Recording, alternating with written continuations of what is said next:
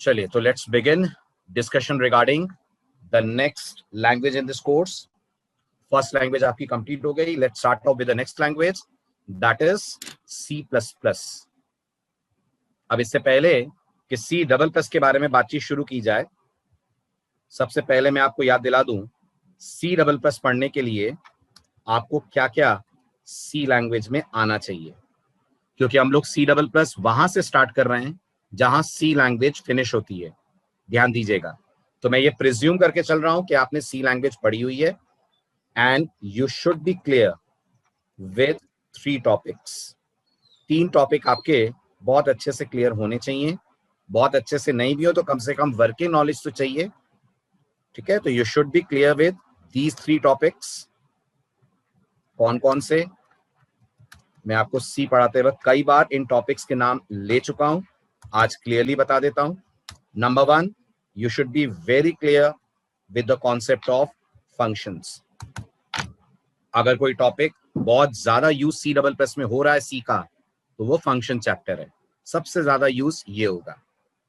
इसके बाद आपको जरूरत पड़ेगी स्ट्रक्चर के कॉन्सेप्ट्स की, जो हमारा लास्ट चैप्टर था C लैंग्वेज में।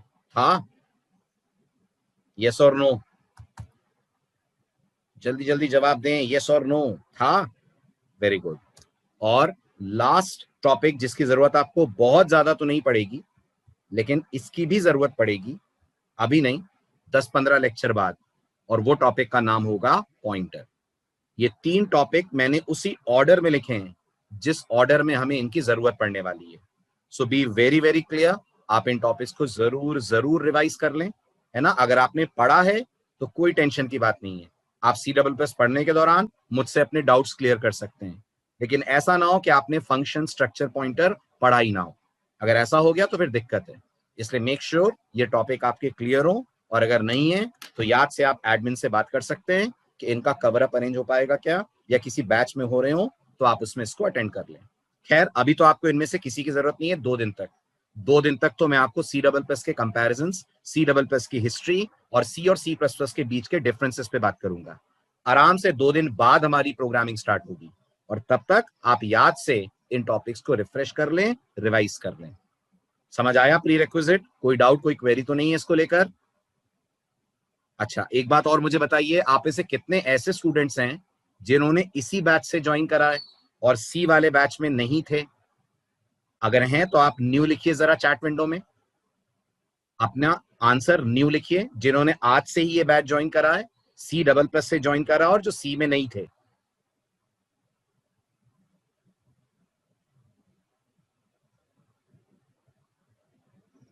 ओके, सी इनकम्प्लीट है दीपक की। ओके दीपक, कहां तक पढ़ी है दीपक आपने C? कहां तक C पढ़ी हुई है दीपक? ओ, लूप तक पढ़ी है, तो फिर बाकी टॉपिक तो करने पड़ेंगे आपको फटाफट कवर। C++ में दिक्कत जाएगी नहीं तो। ठीक है, चलिए। और बाकी जितने लोग न्यू लिख रहे हैं, आप सबने C पढ़ी हुई है? यस और नो? पढ़ी हुई है ना? चाहे कैसे भी पढ़ी हो, आपने कहीं से भी पढ़ी हो, C की नॉलेज तो है ना आपको।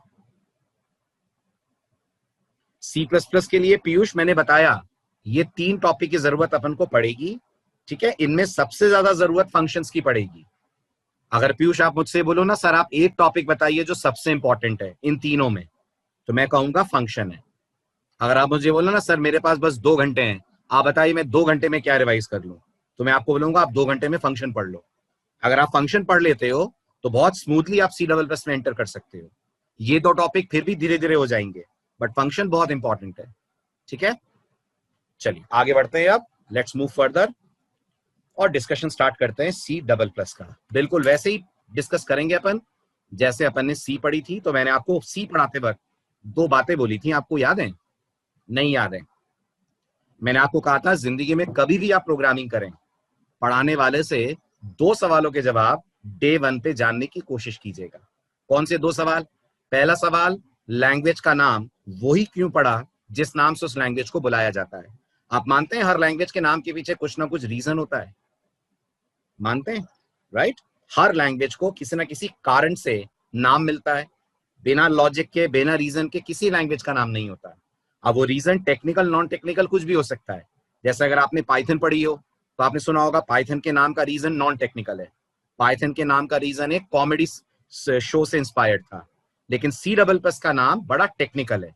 तो सबसे पहले हम बात करेंगे सी डबल प्लस की थोड़ी सी हिस्ट्री की, फिर बात करेंगे सी डबल प्लस का नाम सी डबल प्लस कैसे पड़ा, सी डबल प्लस के मार्केट में कितने वेरिएशंस अवेलेबल हैं, और फिर डिस्कशन स्टार्ट करेंगे सी सी प्लस प्लस के बीच के कंपैरिजन का। स्टार्ट करें? स्टार्ट करूं मैं? ठीक है।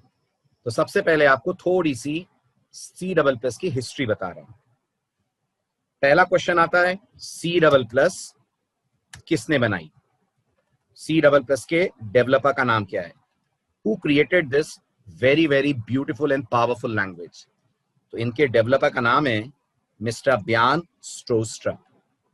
इनके डेवलपर का नाम है मिस्टर ब्यान स्ट्रोस्ट्रप। ठीक है। क्या करते हैं ये?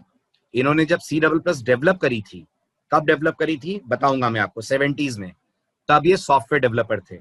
कौन सी कंपनी में काम करते थे? ये काम करते थे AT&T कंपनी में। अगर आप याद करें तो ये वही कंपनी है जहां मिस्टर डेनिस रिची भी काम करते थे और जहां उन्होंने सी लैंग्वेज को डेवलप करा है। वहीं पे मिस्टर स्ट्रोस्ट्रप भी थे। उन्होंने मिस्टर डेनिस रिची को अपना गुरु माना हुआ था। उनके मेंटर थे मिस्टर डेनिस रिची, और अपने गुरु से इंस्पायर होकर मिस्टर स्ट्रोस्ट्रप ने सी डबल प्लस लैंग्वेज को क्रिएट करा था। और आज 2020 में ये कहां पर है? आज 2020 में ये अमेरिका में है। अमेरिका की यूनिवर्सिटी में प्रोफेसर हैं, और आपके जैसे बच्चों के बीच में, आपके जैसे स्टूडेंट्स के बीच में रहकर ये एजुकेशन प्रोवाइड कर रहे हैं। यानी मैक्सिमम आईटी प्रोग्रामर्स अगर आप याद करें तो वो सिर्फ डेवलपर्स हैं। ये अकेले ऐसे प्रोग्रामर हैं जो डेवलपर भी हैं और टीचर भी हैं।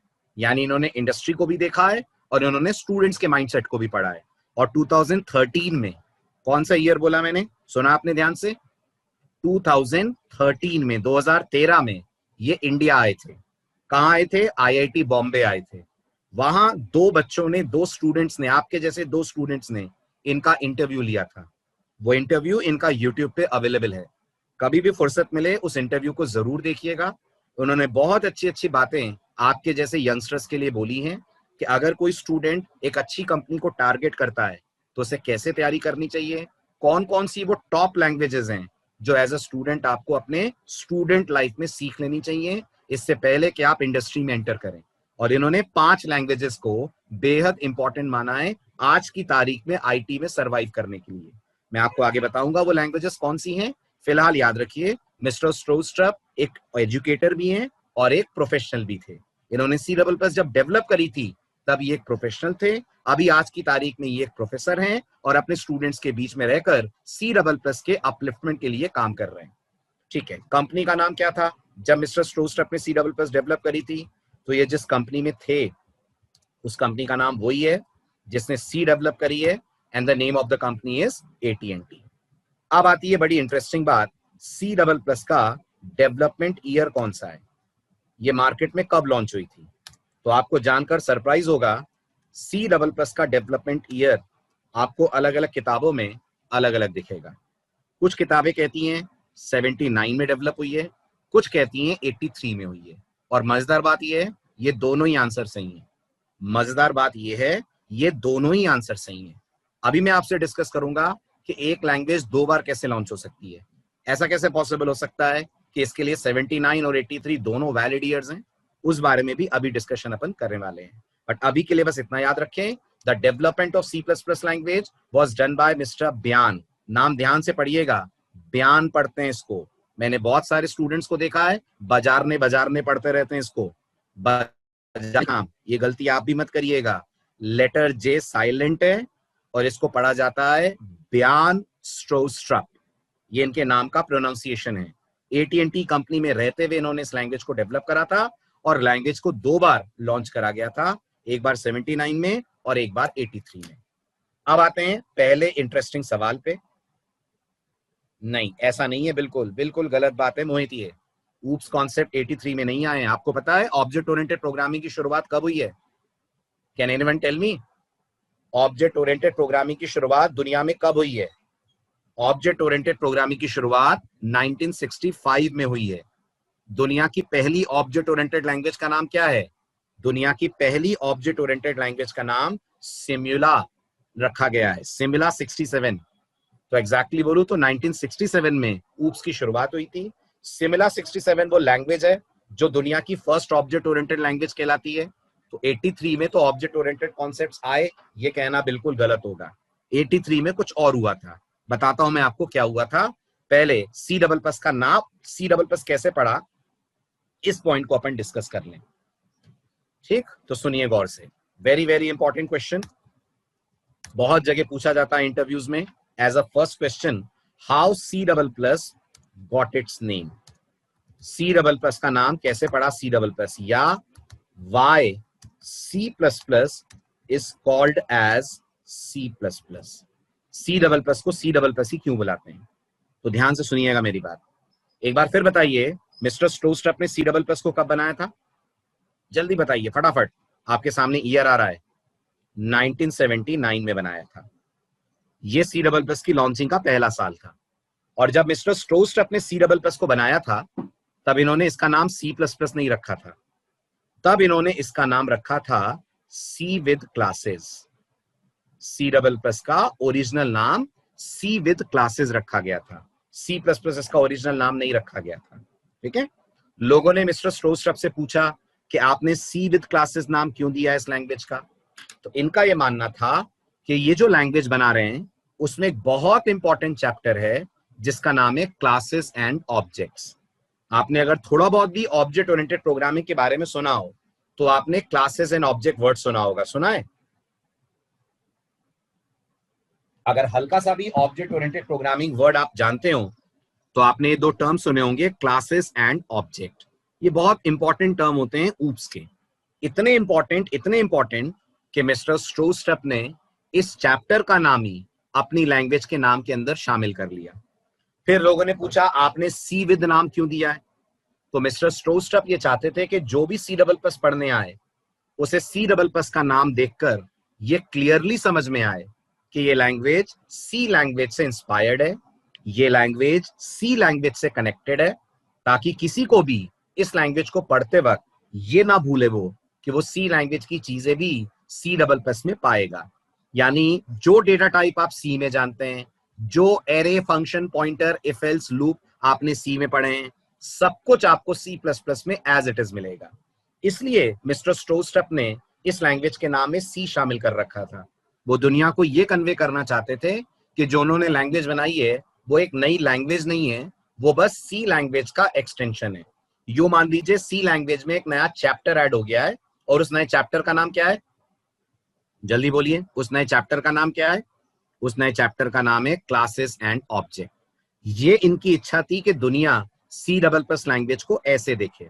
इन्होंने सी डबल प्लस नाम नहीं रखा था, बट आप शायद ना जानते हो कि किसी भी लैंग्वेज का नाम एक कमिटी डिसाइड करती है। जानते हैं आप ये बात? किसी भी लैंग्वेज का नाम एक कमिटी डिसाइड करती है। अगर ऐसा नहीं होता तो जावा का नाम कभी जावा नहीं पड़ता, क्योंकि जिस बंदे ने जावा डिजाइन की है उनकी तो इच्छा थी जावा का नाम ओक रखा जाता, OAK, ओक। उनको ओक नाम पसंद था, लेकिन बाद में कमिटी ने नाम चेंज करके जावा कर दिया। ऐसे मिस्टर स्टोस्ट्रप तो चाहते थे कि लैंग्वेज का नाम सी विद क्लासेस रखा जाए, लेकिन जो स्टैंडर्डाइजेशन कमिटी थी सी प्लस प्लस की, उन लोगों ने ऑब्जेक्शन उठाया और उन्होंने कहा सी विद क्लासेस नाम बड़ा लेंदी है, बोलने में, सुनने में बहुत अजीब लगता है, बहुत ऑकवर्ड लगता है, तो नाम को थोड़ा सा कट शॉर्ट करा जाए।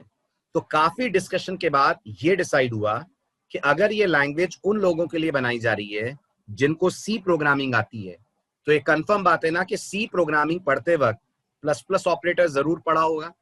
आपने भी पढ़ा होगा, हाँ कि ना? पढ़ा है? तो बताइए मुझे आई प्लस प्लस का मतलब क्या होता है? जवाब दें। सी प्रोग्रामिंग में what is the meaning of I plus plus? I plus plus का मतलब होता है I is equal to I plus 1। इसका सिंपल सा मतलब होता है आई की करंट वैल्यू को 1 से बढ़ा दो, यही मतलब होता है ना? तो मिस्टर स्टोस्ट्रप ने यह सोचा कि मेरी लैंग्वेज भी तो सी लैंग्वेज से एक कदम आगे की लैंग्वेज है, मेरी लैंग्वेज के अंदर भी तो मैं सी लैंग्वेज से आगे के टॉपिक्स ऐड कर रहा हूं। बस इस बात से इंस्पायर होकर उन्होंने अपनी लैंग्वेज का नाम सी डबल प्लस रखा। यानी ओरिजिनल नाम इस लैंग्वेज का था सी विद क्लासेस। बताइए कौन से साल में, बताइए कौन से साल में? ये नाम था 79 में। उसके बाद नाम चेंज होते होते, रजिस्ट्रेशन होते होते, लोगों को समझाते समझाते साल बदल गया। 1979 से चेंज होते होते 1983 आ गया और 1983 में ये नए नाम के साथ लॉन्च हुई और इसका नाम पड़ा C++। यानी लैंग्वेज बन तो चुकी थी 79 में, लेकिन C++ के नाम से लैंग्वेज पॉपुलर 1983 के अंदर हुई। आई बात समझ में? Sir, that's what I mean by oops, class and object concept comes in 83 in C++. नहीं मोहित, class and object were present in 79 also. The name C++ was launched in 83. Got it? 79 में ये जो C with classes था, इसमें भी तो class and object topic रहा है, वरना इसका नाम C with classes क्यों रखा जाता?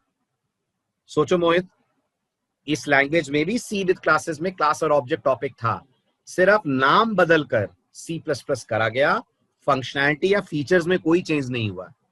तो जो लैंग्वेज 4 साल पहले थी वही लैंग्वेज 4 साल बाद भी थी, बस उसको एक नए नाम से लोगों के सामने रखा गया और वो नया नाम रखा गया C++। क्लियर हुआ? आगे बढ़ूं? इतना क्लियर है?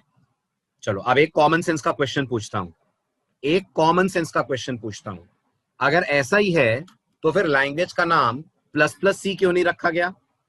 क्योंकि हमने तो पढ़ा है I++ और ++I दोनों का ही मतलब I+1 होता है ना, क्या कहते हैं? अगर ऐसा है तो लैंग्वेज को ++C के नाम से क्यों नहीं बुलाया गया, C++ के नाम से ही क्यों बुलाया गया? उसका सिंपल सा आंसर है, बिल्कुल सही शैला, उसका सिंपल सा आंसर है क्रोनोलॉजी। हाँ बिल्कुल, वो काम नाम ईयर को देखकर दिया गया है। अगर C++ का नाम ++C दे दिया जाता तो आप मानते हैं दुनिया कंफ्यूज हो जाती? आप मानते हैं दुनिया कंफ्यूज हो जाती? अगर इसका नाम ++C रखा जाता तो लोग ये समझ नहीं पाते कि C के बाद आई है कि C के पहले आई है। क्योंकि आप याद करिए, ++ को अगर वेरिएबल के पहले लगा दें तो प्री इंक्रीमेंट कहलाता है ना, ++I में ++ प्री इंक्रीमेंट कहलाएगा ना, और I++ में ++ क्या कहलाएगा? I++ में ++ क्या कहलाएगा? Post increment. तो C++ के बाद लॉन्च हुई है, यस और नो? C++ के बाद लॉन्च हुई है, यस, क्योंकि ये C के बाद लॉन्च हुई है, ऑब्वियस सी बात है इसका ईयर C के बाद आया है, तो नाम में भी ++ बाद में लगा हुआ है। That is why post increment operator was selected rather than pre increment operator. बताइए, क्वेश्चन का आंसर क्लियर हो गया? C++ का नाम C++ कैसे पड़ा? सो इसके पॉइंट्स में लिख देता हूं शॉर्ट में ताकि आपको याद रहे। इसका आंसर ये है, originally, point number 1, originally the language was called as C with classes। ये लैंग्वेज का ओरिजिनल नाम था, but later on the committee changed it to C++। अब जस्टिफिकेशन देते हैं। The name C++ indicates that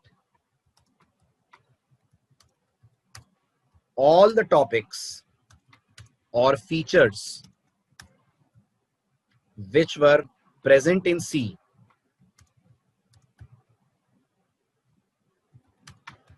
are also present in C++,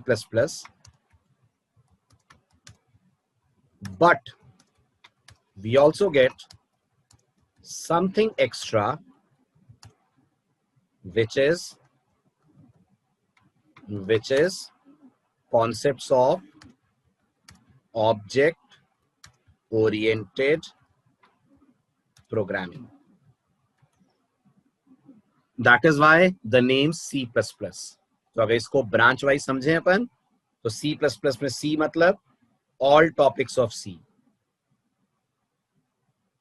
ठीक, और ये ++ क्या बताता है? ये बताता है concepts of object oriented programming. बताइए, जस्टिफाई कर पाएंगे अब कहीं पे भी आप इस नाम को? Why C++ is called C++?